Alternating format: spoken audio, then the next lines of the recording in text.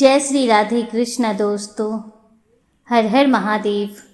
आप सभी के जीवन में भगवान श्री हरि और भगवान महादेव की कृपा हमेशा बनी रहे। इस वीडियो में आज मैं आपको सोमवार की व्रत कथा का श्रवण कराने जा रही हूँ। सोमवार का दिन भगवान शंकर को समर्पित होता है।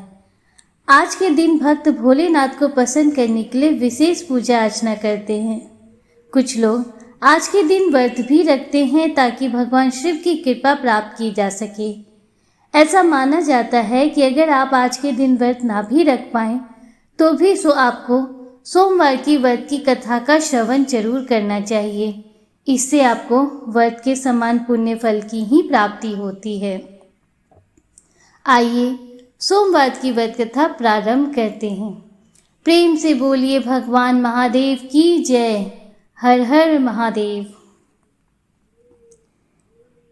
एक समय की बात है, किसी नगर में एक साहूकार रहता था। उसके घर में धन की कोई कमी नहीं थी, लेकिन उसकी कोई संतान नहीं थी। इस कारण वह बहुत दुखी था। पुत्र प्राप्ति के लिए वह प्रत्येक सोमवार व्रत रखता था और पूरी श्रद्धा के साथ शिव मंदिर जाकर भगवान शिव और पार्वती जी की पूजा करता था। उसकी भक्ति देखकर एक दिन मां पार्वती प्रसन्न हो गईं और भगवान शिव से उस साहूकार की मनोकामना पूर्ण करने का आग्रह किया। पार्वती जी की इच्छा सुनकर भगवान शिव ने कहा, हे पार्वती, इस संसार में हर प्राणी को उसके कर्मों का फल मिलता है और जिसके भाग में जो हो उसे भोगना ही पड़ता है। लेकिन पार्वती जी ने साहूकार की भक्ति का मान रखने के लिए उसकी मनोकामना पूर्ण करने की इच्छा जताई। माता पार्वती के आग्रह पर शिवजी ने साहूकार को पुत्र प्राप्ति का वरदान तो दिया, लेकिन साथ ही यह भी कहा कि उसके बालक की आयु केवल 12 वर्ष की होगी। माता पार्वती और भगवान शिव की बातचीत को साहूकार सुन रहा था। उसे न तो इस बात की खुशी थी और न ही दुख। वह पहले की भांति ही भगवान महादेव की पूजा करता रहा। कुछ समय के बाद साहूकार के घर पर एक पुत्र का जन्म हुआ। जब वह बालक 11 वर्ष का हुआ तो उसे पढ़ने के लिए काशी भेज दिया गया। साहूकार ने पुत्र के मामा को बुलाकर उसे बहुत सारा धन दिया और कहा कि तुम इस बालक को काशी विद्या प्राप्ति के लिए ले जाओ और मार्ग में यज्ञ कराते जाना। जहाँ भी यज्ञ कराओ वहाँ ब्राह्मणों को भोजन कराना और दक्षिणा देते हुए जाना। दोनों मामा भांजे इसी तरह यज्ञ कराते और ब्राह्मणों को दान दक्षिणा देते काशी की ओर चल पड़े। रास्ते में एक नगर पड़ा, जहाँ नगर के राजा की कन्या का विवाह था। लेकिन जिस राजकुमार से उसका विवाह होने वाला था वो एक आंख से काना था। राजकुमार के पिता ने अपने पुत्र के काना होने की बात को छुपाने के लिए एक चाल सोची। साहूकार के पुत्र को देखकर उसके मन में एक विचार आया। उसने सोचा, क्यों न इस लड़के को दूल्हा बनाकर राजकुमारी से विवाह करा दूं।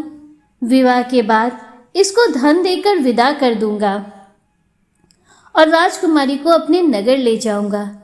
लड़के को दूल्हे के वस्त्र पहनाकर राजकुमारी से विवाह करा दिया गया। लेकिन साहूकार का पुत्र ईमानदार था। उसे यह बात न्याय संगत नहीं लगी। उसने अवसर पाकर राजकुमारी की चुन्नी के पल्ले पर लिखा कि तुम्हारा विवाह तो मेरे साथ हुआ है, लेकिन जिस राजकुमार के संग तुम्हें भेजा जाएगा वो एक आंख से काना है। मैं तो काशी पढ़ने जा रहा हूँ। जब राजकुमारी ने चुन्नी पर लिखी बातें पढ़ी तो उसने अपने माता पिता को यह बात बताई। राजा ने अपनी पुत्री को विदा नहीं किया, जिससे बारात वापस चली गई। दूसरी ओर साहूकार का लड़का और उसका मामा काशी पहुंचे और वहां जाकर उन्होंने यज्ञ किया। जिस दिन लड़के की आयु 12 साल की हुई उसी दिन यज्ञ रखा गया। लड़के ने अपने मामा से कहा कि मेरी तबीयत कुछ ठीक नहीं है। मामा ने कहा, तुम अंदर जाकर सो जाओ। शिव जी के वरदान अनुसार कुछ ही देर में उस बालक के प्राण निकल गए। मृत भांजे को देखकर उसके मामा ने विलाप करना शुरू किया। संयोगवश उसी समय शिवजी और माता पार्वती उधर ही से गुजर रहे थे। पार्वती ने भगवान से कहा, स्वामी, मुझे इसके रोने का स्वर सहन नहीं हो रहा, आप इस व्यक्ति के कष्ट को अवश्य ही दूर करें। जब शिवजी मृत बालक के समीप गए तो वह बोले कि यह उसी साहूकार का पुत्र है जिसे मैंने 12 वर्ष की आयु का वरदान दिया। अब इसकी आयु पूरी हो चुकी है। लेकिन मातृभाव से विभोर माता पार्वती ने कहा कि हे महादेव, आप इस बालक को और आयु देने की कृपा करें, अन्यथा इसके वियोग में इसके माता पिता भी तड़प तड़प कर मर जाएंगे। माता पार्वती के आग्रह पर भगवान शिव ने उस लड़के को जीवित होने का वरदान दिया। शिव जी की कृपा से वह लड़का जीवित हो गया। शिक्षा समाप्त करके लड़का मामा के साथ अपने नगर की ओर चल दिया। दोनों चलते हुए उसी नगर में पहुंचे जहां उसका विवाह हुआ था। उस नगर में भी उन्होंने यज्ञ का आयोजन किया। उस लड़के के ससुर ने उसे पहचान लिया और महल में ले जाकर उसकी खातिरदारी की और अपनी पुत्री को उसके साथ विदा किया। इधर साहूकार और उसकी पत्नी भूखे प्यासे रहकर बेटे की प्रतीक्षा कर रहे थे।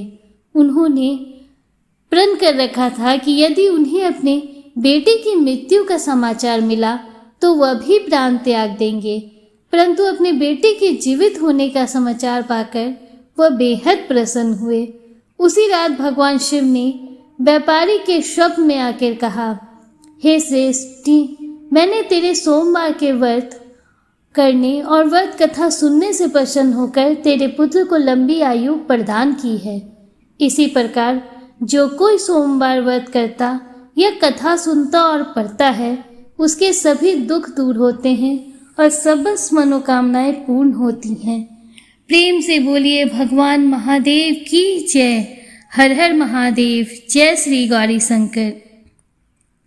दोस्तों, उम्मीद करती हूँ कि सोमवार व्रत कथा आपको पसंद आई होगी और वीडियो आपको अच्छा लगा होगा। अगर वीडियो आपको अच्छा लगा हो तो वीडियो को लाइक कीजिए, दूसरों के साथ शेयर कीजिए, कमेंट में हर हर महादेव जय श्री राधे कृष्णा जरूर लिखिए। अगर आप हमारे चैनल पर पहली बार आए हैं तो चैनल को सब्सक्राइब कीजिए, बेल आइकन जरूर प्रेस कीजिए, जिससे आगे भी आपको ऐसी ही रोचक जानकारियाँ मिलती रहें। मिलते हैं आपसे अगले वीडियो में, तब तक के लिए हर हर महादेव। जय शिव शंभू। राधे राधे।